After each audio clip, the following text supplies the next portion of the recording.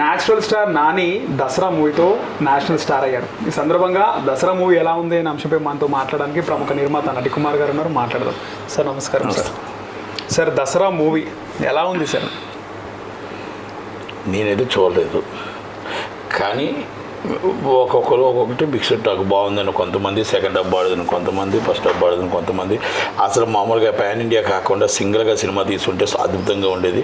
మొత్తం టోటల్గా pan India వాళ్ళు మొత్తం టోటల్గా అంటే అర్థం కాని పరిస్థితికి వచ్చింది అని కొంతమంది. ప్యాన్ ఇండియా కాకుండా అయితే బాగుండేదని చాలామంది నేచురల్ స్టార్ నాని కాస్త నేషనల్ స్టార్ అయ్యారు అంటున్నారు సార్. మీరేమంటారు? నేషనల్ స్టార్ అయ్యాడు అంటున్నారు సార్. నేషనల్ స్టారా? నేషనల్ అంటే పాన్ ఇండియా స్టార్ అయిపోయాడు ఖచ్చితంగా ఈ సినిమాతో అంటున్నారు. అయిపోతాడు. పాన్ ఇండియా స్టార్ అనుకోవడం తప్పే ఉంది. నేను పాన్ ఇండియా స్టార్ అంటే అయిపోద్ది, తప్పే ఉంది దాంట్లో. అనుకోవడంలో తప్పలేదు కదా. ఇప్పుడు ప్రతి సినిమా నేషనల్ స్టార్ అవ్వరు, ప్రతి సినిమా ప్యాన్ ఇండియా అవ్వదు. ప్యాన్ ఇండియాకి కొన్ని ఇది ఉంటుంది. దాంట్లో కొన్ని సినిమాలు ఉంటాయి. ఆ కొన్ని ఒక త్రిబుల్-ఆర్, ఒక బాహుబలి, కొన్ని సినిమాలు, ఒక పుష్ప, కొన్ని సినిమాలు ఉంటాయి. దానికి నేషనల్ అంటే ప్యాన్ ఇండియా అంటే దానికి అర్థం ఉంటుంది. ప్రతి సినిమా ప్యాన్ ఇండియానే. అందుకే ఈ మధ్య కొత్త సినిమాలు తీసుకుంటే అవి కూడా ప్యాన్ ఇండియా అంటున్నారు. అన్ని సినిమాలు ప్యాన్ ఇండియానే. బాక్స్ ఆఫీసర్ బద్దలు కొట్టేస్తుంది, రివర్స్ బద్దలు కొడుతుంది. కనుక అవ్వేమో అని అనడం తప్పే లేదు. ఎవరిష్టం వాళ్ళది. తప్ప వాళ్ళ కామెంట్కి మనం ఎందుకు చేయాలి? అయ్యాడు అనుకుందాం అంతే. ఇప్పుడు అవ్వలేదా అని అంటే దానికి మళ్ళీ కామెంటు. ఓకే, అవ్వాలని కోరుకుందాం. ఇదంతా ప్రొడ్యూసర్ల ప్రొసీజర్ అంటారా సార్? మార్కెట్ ప్రొడ్యూసర్ల ప్రొసీజర్ ఏం లేదండి. ఇప్పుడు హీరో ఏమంటే ఇలా చేసేద్దాం. ప్రొడ్యూసర్ ఏంటంటే ప్రొడ్యూసర్ బిజినెస్ బట్టి చూస్తాడు. హీరో ఇలా చేసేద్దాం అంటే హీరో చెప్పినట్టు వినాలి.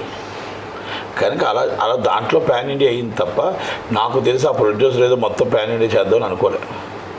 అది సార్. నార్మల్గా సినిమాల విషయానికి వస్తే ఈ మధ్యకాలంలో బల్గం కానీ,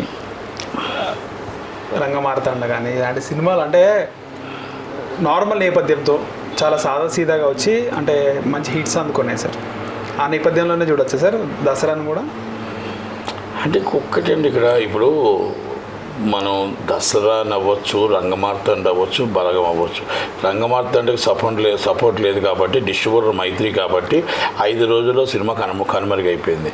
అదే మనం బలగం సినిమా దిల్ రాజు ఆఫీస్ కాబట్టి సినిమా అది ఆడకపోయినా నిలబెట్టి సినిమా మంచి సినిమా. రంగమార్తాండ మంచి సినిమా. దాన్ని నిలబెట్టడానికి థియేటర్స్ ప్రాసెస్ స్టిల్ ఇప్పటికీ రన్ అవుతున్నాయి. ఒకటి ఇక్కడ మైత్రి ఆఫీస్ మీద కోపం. రంగమార్తాండ మంచి సినిమా. మైత్రి ఆఫీస్ మీద కోపం తెలంగాణలో. మైత్రి సినిమా ఎట్టి పరిస్థితుల్లో మైత్రి వాళ్ళ సినిమా ఉంచొద్దు. ఎవరికి ఉందంటారు సార్ కోపం? అది దిల్ రాజు గారికి ఉంటుంది, సునీల్ గారికి ఉంటుంది. ఎందుకంటే అపోజిషన్ ఆఫీస్ పెట్టారు, సంక్రాంతికి అపోజిషన్ ఆఫీస్ పెట్టారు కాబట్టి తప్పే ఉంది దాంట్లోని. అంతే కదా. దానికి ఉంటప్పుడు ఏమైంది? రంగమార్తాండ 5 రోజుల్లో కలెక్షన్ మీద ఉన్న సినిమా తీశారు. అంటే పికప్ అవడానికి అవకాశం ఉంది. కానీ ఇదే బలగం సినిమా మంచి సినిమా, ఇది కూడా మంచి సినిమా. కానీ ఓపెనింగ్ పికప్ అవడానికి టైం పట్టింది. ఆ పికప్ అయిన దాకా సినిమా ఎలా ఉంచగలిగారు? దిల్ రాజు ప్రొడ్యూసర్ కాబట్టి, దిల్ రాజు కూతురు కొడుకు ప్రొడ్యూసర్ కాబట్టి. అదే దిల్ రాజు కొడుకు కూతురు ప్రొడ్యూసర్ అయ్యి రంగమార్తాండకి అయ్యి ఉంటే అది సినిమా కూడా మీకు బ్రహ్మాండంగా ఓపిక పట్టేవారు. కానీ అదే చెప్పే కదా, గొప్పవాడి ఇంట్లోనంట అందంగా లేకపోయినా పుట్టినా కూడా అందరూ ముద్దులాడతారు. గొప్పవాడి కాబట్టి ఆ గొప్పవాడిని చూసి సూపర్ ఎలాగున్నా కూడా పుడుతారు. అదే పేదవాడి ఇంట్లో అందంగా పుట్టినా కూడా అసలు చూడరు. బలగం మూవీ వేణు అదృష్టం కొలిది గొప్పవాడితో సినిమా తీశాడు. కృష్ణవంశీ దూరదర్శన్ శాతం మైత్రికి సినిమా ఇచ్చాడు. కనుక సినిమా మంచి సినిమా అయినా ప్రయోజనం లేదు. గొప్ప సినిమాని నిలబెట్టడానికి ప్రయత్నం చేసి వేణు అదృష్టవంతుడు అయ్యాడు.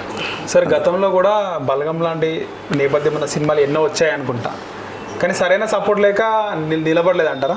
అది గొప్పవాళ్ళు కాదు కదా. దిల్ రాజు అంత గొప్పవాళ్ళు కాదు కదా. అన్ని సినిమాలు ప్రొడ్యూసర్ దిల్ రాజు అంత గొప్పవాడు అయ్యి ఉంటే నిలబడను.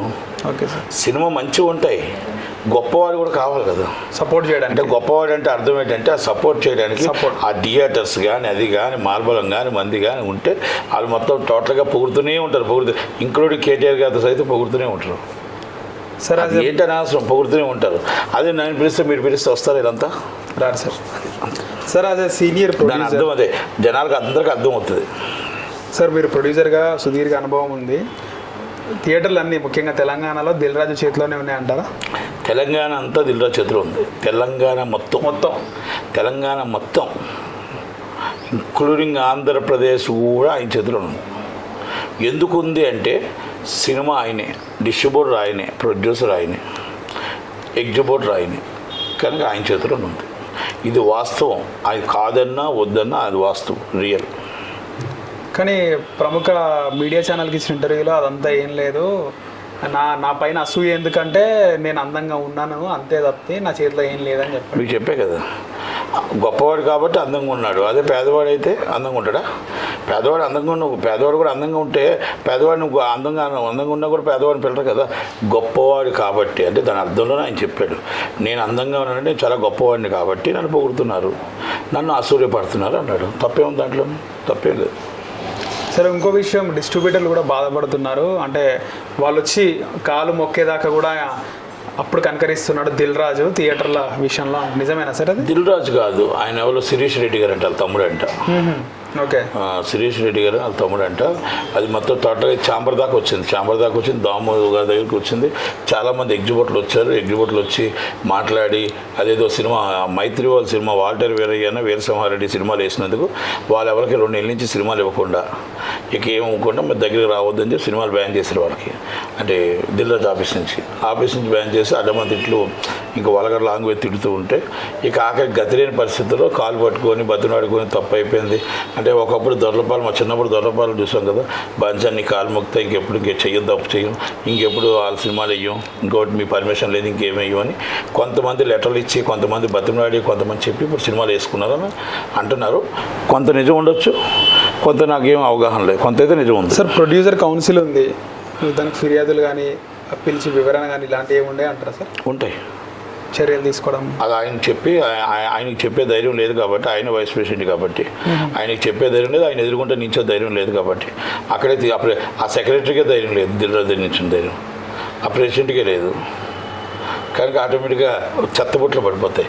కంప్లైంట్ ఇచ్చినప్పుడు బతుకు బస్ స్టాండ్ అయిపోతుంది. అంటే ఎవరైనా అడగవచ్చు కదా సార్, అంటే వైస్ ప్రెసిడెంట్ సెక్రటరీనే కాకుండా ఏముంటుందండి, దిల్రాజుగా అక్కడ నించుంటే దిల్రాజుగా జిందాబాద్ అంటారు అంతే. అంతేనా సార్?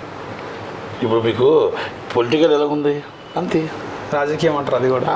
మీ దిల్రాజు మీకు చెప్పాను కదండి, అందమైన వాడు గొప్పవాడు ఉన్నప్పుడు జిందాబాదే వస్తుంది తప్ప. ఇప్పుడు నాలాటోడు ఉన్నాను, నేను ఇక్కడ నిల్చొని అక్కడ దిల్రాజు గారు నిల్చున్నారు, నట్టుకుమార్కి ఎందుకు జిందాబాద్ చెప్తారు? నట్టుకుమార్తో పని ఏం లేదు కదా. నట్టుకుమార్తో దిల్రాజు గారు లాంటి వాళ్ళు ఎవరైనా సరే ఏమైనా తప్పు జరిగితే నట్టుకుమార్ అడిగితే మేము బ్యాక్గ్రౌండ్ దొంగచాటు సూపర్ మాట్లాడే భయ్యా అని చెప్పొచ్చు, కానీ డైరెక్ట్గా రోడ్డు మీదకి వచ్చి మీరు తప్పు చేసేది సూపర్ మాట్లాడే కుమార్ గారు అని చెప్పలేరు. చెప్తే రేపు ఉదయం వాళ్ళకి బతుకు తిరిగిపోతుంది కాబట్టి చెప్పలేరు. మళ్ళీ దీనికి ఎండ ఎలా అంటారు సార్? ఎండ ఎప్పుడు ఉండదండి. పేదవాడు ఇప్పుడు గొప్పవాడు అవుతాడా? కృషి చేస్తే అవుతారు సార్. నో, పేదరికం పోద్దా? తక్కువ అరుదు. ఆ పేదరికం పోద్దా? కొంచెం కృషి చేస్తే పోతుంది సార్. ఏది మన దేశంలో మొత్తానికి పోదు సార్. ప్రతి పేదవాడు సొంతంగా సొంతం కాదు, పేదరికం ఎరగపోదు, గొప్పవాడు ఎరగుంటాడు. ఇది అంతే. ఈరోజు దిల్రాజు వెళ్తే ఇంకో గొప్పవాడు వస్తాడు, పేదవాడే ఉంటాడు, గొప్పవాడు మిడిలే ఉంటాడు. పేదవాడు లేకపోతే మన ఇంట్లో పనిచేయడానికి ఎవరు ఉంటారు, మన పొలాల్లో పనిచేయడానికి ఎవరు ఉంటారు? అందుకే అన్నారు గొప్పవాడిని అంట ఎంత ఎలాగున్నా సరే ముద్దులాడతారు. అందుకే చెప్తున్నా, ఈ గవర్నమెంట్లు కూడా ఆ గొప్పవాడిని తీసుకొచ్చి అక్కడ ఆ ప్లేస్లో దిల్రాజు ఉన్నా, నటికుమార్ ఉన్నా, ఇంకోరున్నా వెళ్ళి సన్మానం చేస్తారు. ఎందుకు సన్మానం చేశారు బయటకు వచ్చి అడిగారనుకో, ఎందుకు సన్మానం చేసో మాకు తెలియదు, ఆయన గొప్పవాడు కాబట్టి నేను సన్మానం చేసా ఉంటారు. మీకు అర్థమైందా? అదే మీకు మంచి పని చేసినట్టు కూడా సన్మానం చేయరు. ఇప్పుడు మొన్న నేను చూశాను, బలగం సినిమాలో ఇద్దరు ఒక కళ్ళైన ఆమె సాంగ్లు పాడారు. అవును సార్. వాళ్ళకి నేను ఒకటి అడుగుతున్నా, పాపం వాళ్ళు ఇప్పుడు దాకా ఎవరికి తెలియదు. ప్రజలు వాళ్ళకి ₹1,00,000 కోసం ఈ బలగం వేణు పాపం ₹1,00,000 ఇవ్వడం ఏంటి? కేటీఆర్ గారు అక్కడే ఉన్నారు కదా, గవర్నమెంట్ అక్కడే ఉంది కదా, అందరూ ఉన్నారు కదా, ఒక చిన్న పని కదా, వాళ్ళ కళ్ళు ఆపరేషన్ చేసి వాళ్ళకు ఏదో ఒక ఇల్లు తీసి డబుల్ బెడ్రూమ్ ఇల్లు ఇచ్చి మేమున్నాం, మీ లేని వాళ్ళకి ఈరోజు బలగం సినిమా సాంగ్ కోసం కాదు, మీలాంటి వాళ్ళు ఉండాలి అని government within time and అక్కడ commissioner and collector immediately react అయ్యి అండ్ మినిస్టర్ రియాక్ట్ అయ్యి వాళ్ళకి చేయడం ఎంత చెప్పండి. వాళ్ళు ఈరోజు మళ్ళీ బయట మాకు ఏదైనా సాయం చేయండి అనే పరిస్థితికి ఎందుకు వచ్చింది? గవర్నమెంట్ అసమర్థత కాదా? Correct sir. కాదా? ఇప్పుడు వాళ్ళు అప్పటిదాకా తెలియదు అనుకుందాం, సాంగ్ నుంచి హైలైట్ అయ్యారు, మళ్ళీ అందరూ దెబ్బ వేసుకొని ₹1,00,000 ఇవ్వడం ఎందుకు? ఇప్పుడు లేని వాళ్ళే కదా వాళ్ళు. అవును సార్. మరి కళ్ళు లేని వాళ్ళు కదా, మరి వాళ్ళకి అది చేస్తే ఏమైంది? కానీ అది చేయలేదు. ఒక వ్యక్తి సాంగ్ పాడాడు, ఆ వ్యక్తి ₹1,00,00,000 ఇచ్చారు, ఇల్లు ఇచ్చారు. అంటే ఇవన్నీ నేను ఎందుకంటే విచ్చేసం చూసుకోండి, నేను ఇస్ ద రియాలిటీగా వచ్చి మనం చేయగలగాలి. అది గవర్నమెంట్లు కానీ ఏమైనా, ఇది మా బతుకులు అంతే, మా సినిమా జీవితం కూడా అంతే. మాకు రియాలిటీ ఉండవు, మేము అడుగుతాం కాబట్టి, మేము మాట్లాడతాం కాబట్టి. ఆ రోజు ఇప్పుడు దిల్ రాజు కంటే ముందు సురేష్ బాబు కంటే ముందు ఇంకొకరు అలా ఆ జనరేషన్ అలా వస్తుంది. అంటే అందరూ వెళ్తున్నారు సార్, మీరెందుకు వెళ్ళరు అంటే, నేను మాయ మాటలు చెప్పే బతుకు నాకొద్దు, దొంగతనాలు చేసే దొంగ బతికే బతుకు నాకు వద్దు.